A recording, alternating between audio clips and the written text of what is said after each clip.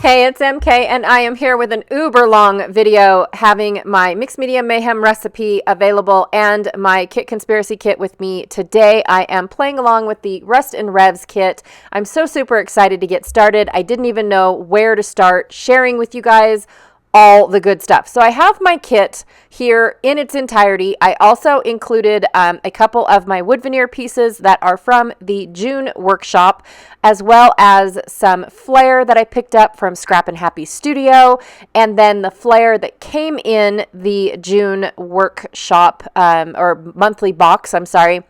And then I also have some flare left over from my advent calendar from last year. This under construction sign came out last year in the advent calendar. I also have the acrylic pieces that are in the June monthly box. You guys, anything construction, I added it to my little bin.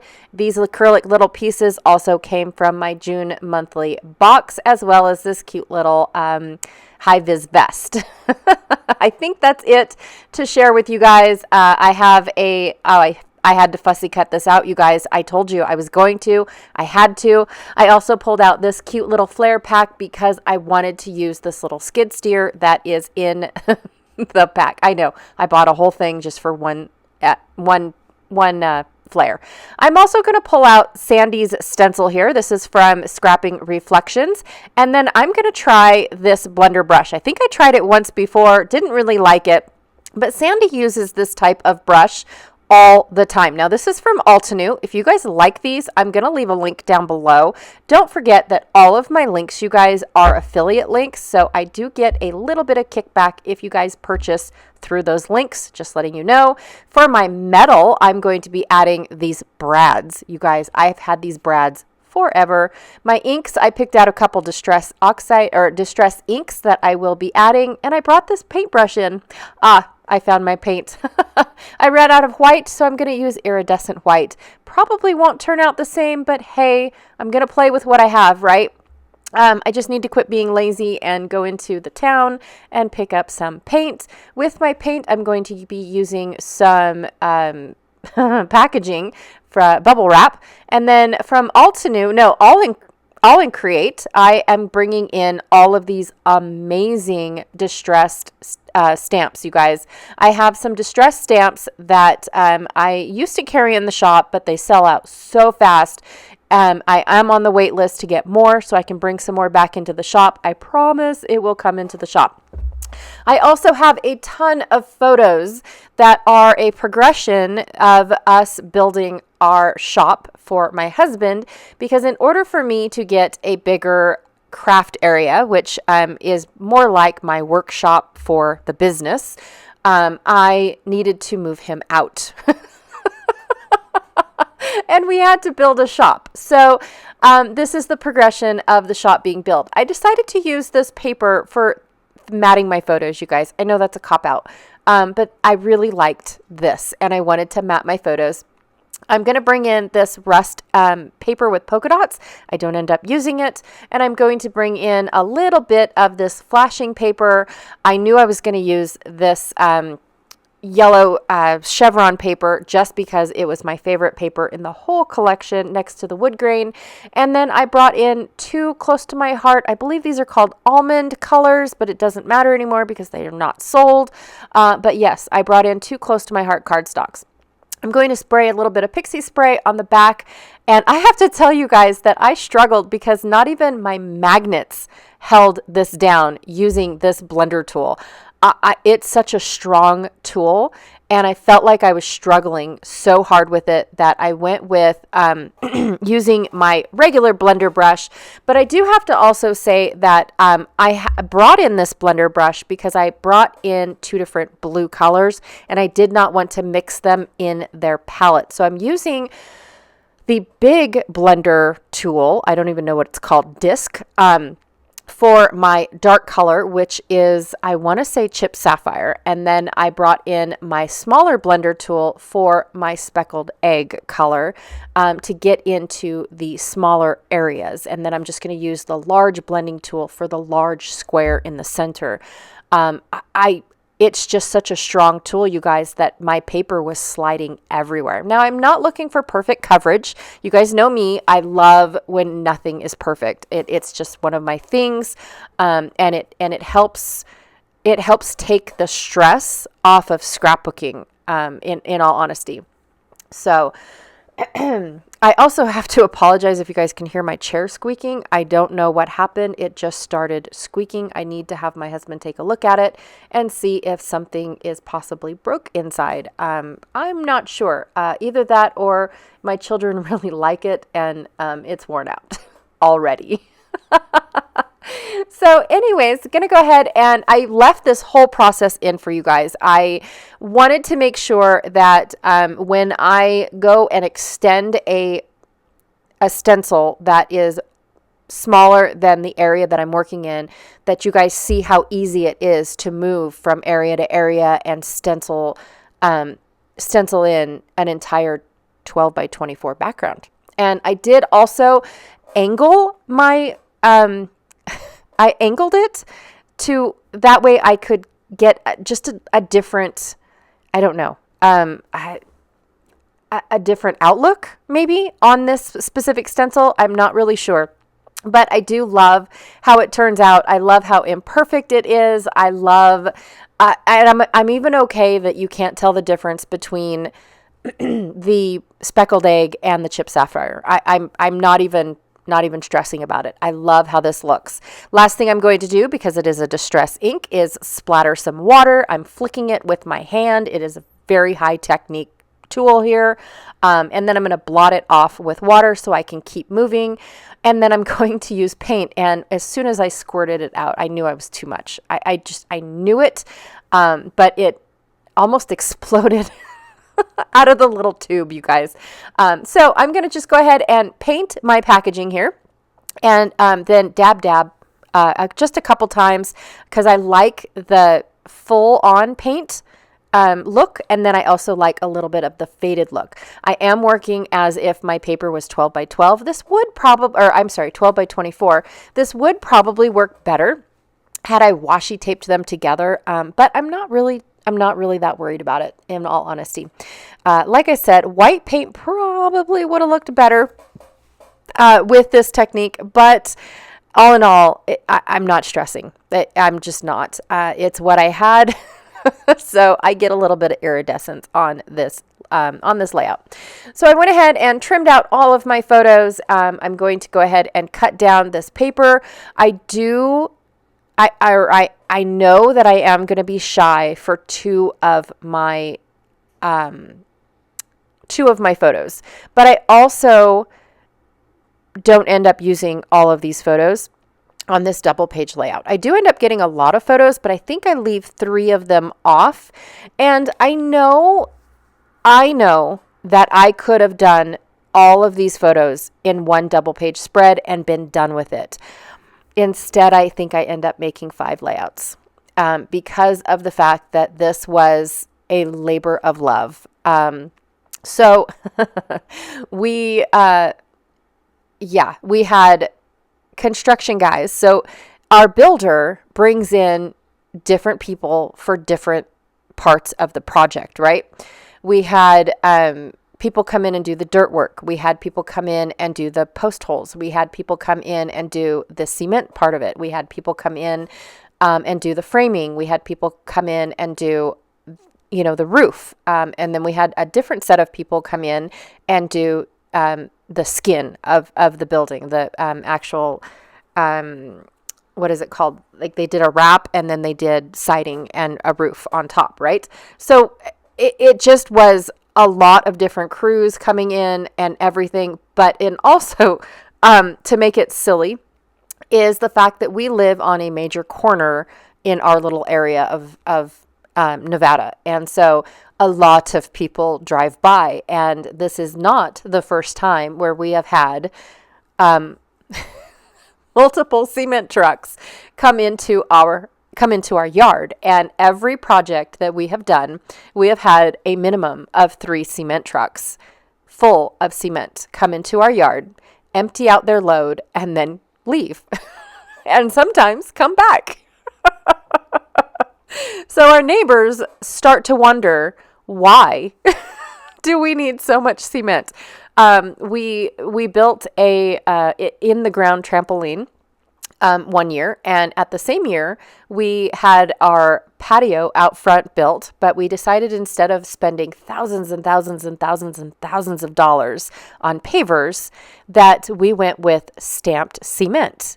And so they poured out the cement, and then a guy brought in a like a jig that he stamped on and walked across while the cement was still slightly wet, but not completely soaking wet to where he soaked in.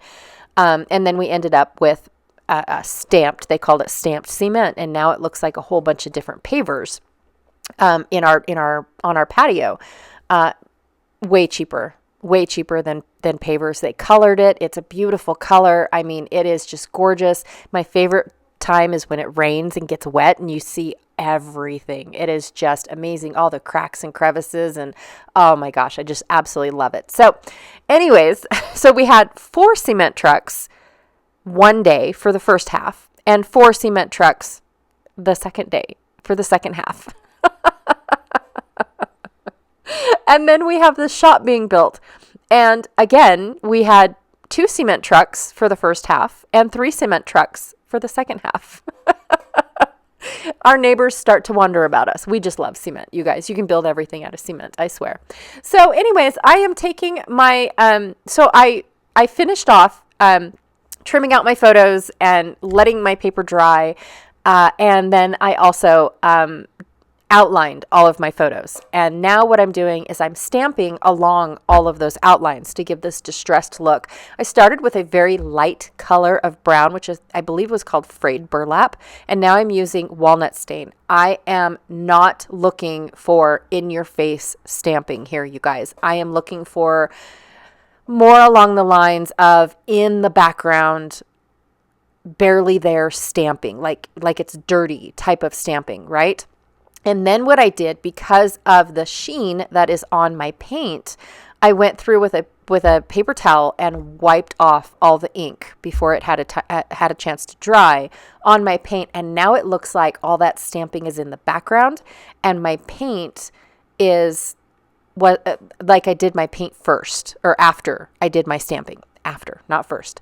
So now this is a breathtaking moment, because I don't know what this is going to look like. I just know that it was an idea I had in my brain, and I wanted layers on this paper, but I wanted it to look like I had layers in the background, in the foreground, photos, all that good stuff. So I decided that I was going to rip a giant hole in my base page and put this gorgeous yellow chevron in the back of it. Is it going to look good? I don't know, because I've never done this before. I don't hardly ever do this. I spent a lot of time on this background. Not that I couldn't replicate it in a heartbeat, because I can, but yeah, it's kind of scary. It's very scary, ripping a giant hole in a background that you spent hours on. And the only reason why I spent hours on is, and you guys all know me, is because I like to get interrupted a lot by friends, a lot. Not friends, I'm sorry, my family. So anyways, I'm going to go ahead and do that 4 times on my layout. I ripped 4 holes on my layout, and I forgot to push the camera button back on after I got interrupted. So voila, it's all done. And now I'm adding my photos to this layout. Now, I think this photo up at the top, I have scrapbooked before. I will have to go and look and see if I have. But if not, if I have, you guys, I probably will just take it off the layout that I did and put something else on, depending on the layout. I have no clue. I just know that I'm enjoying this part of it, even though, backstory, the cement trucks have to come before the sun rises, or it's too hot to pour the cement. It almost starts drying. Also, it's October, and here in October, it's about 30 degrees outside. It is absolutely freezing. One of the pictures that I wished I would have gotten is that the builder and his crew had to come and bring in blankies for the cement so it would dry in a timely manner. It took days. Days for this cement to dry in the climate that we were pouring it in. We had no clue our builder was going to try to build this in October, and it lasted until March of the next year, because of once we get dumped with snow, it's a halting point. It is stop everything that you're doing. They wanted to get the roof on at least before the snow hit. But as you can see, it wasn't going to happen. There's snow on the ground on the other side of the paper. So there was lots and lots and lots of trials and errors with this shop for months. It was fun. It was so fun having all of this stuff in our yard and taking up space. It was great. So anyways, I took that flashing paper and ripped it in certain spots so that way I could build up my layers and make it look like I had, my background plaid, my flashing, my yellow chevron. I just really liked the layers, and the more that I kept working with it, the more it was great. Now, I didn't realize that I made a pattern on my layout until after the entire layout was done and I saw it in pictures. It's kind of weird how you start working with something and realize that it's going really good and I think it's going to be really great. And then I realize I don't like the pattern. I don't like the fact that I put all 4 of my chevrons in almost like a perfect rectangle. I don't know, you guys. I tried to make them angled, like tilted a little bit. That didn't work either. I don't see the tilts in any of them but one maybe. But I'm okay with it. I love how this layout turned out. I just absolutely love just building it. I had fun with this, even though I felt like I used almost all my product. And I still have 4 more layouts to make. No. Yes, 4 more layouts. So I'm going to go ahead and add a little bit of the rub-ons. I've added a little bit of the flare, some of the die cut machines. I've got a little wood veneer of a cement truck. I have a little flare of a cement truck. And then I have some of the fussy cut out pieces. I mean, I just love the combination of all the things. And then, of course, I titled it, It's a Guy Thing Under Construction. I feel like all of the guy things are always under construction, always. So for my recipe, I needed acrylic paint. For my mixed media mayhem recipe, I needed acrylic paint, metallic, and stamps. So I got my paint on there. That was the bubble wrap. I'm doing my metallic now. I decided to just add these brads inside the corners of all of my yellow chevron papers. I didn't know what else to do. I did not want them to get lost, but I wanted them to look like they belonged on the layout as well. And what better way to do a construction layout with having everything held together with screws, right? So it was perfect. And then, of course, I was supposed to also add some stamps in there. I think I added my stamps. I think I got my stamps. You can't really see them a whole lot because that was the whole point. I wanted it to look chaotic and dirty in the background using my stamps. I feel like I did a really good job of that, just tooting my own horn. But I love how this layout ended up turning out. I really do, you guys.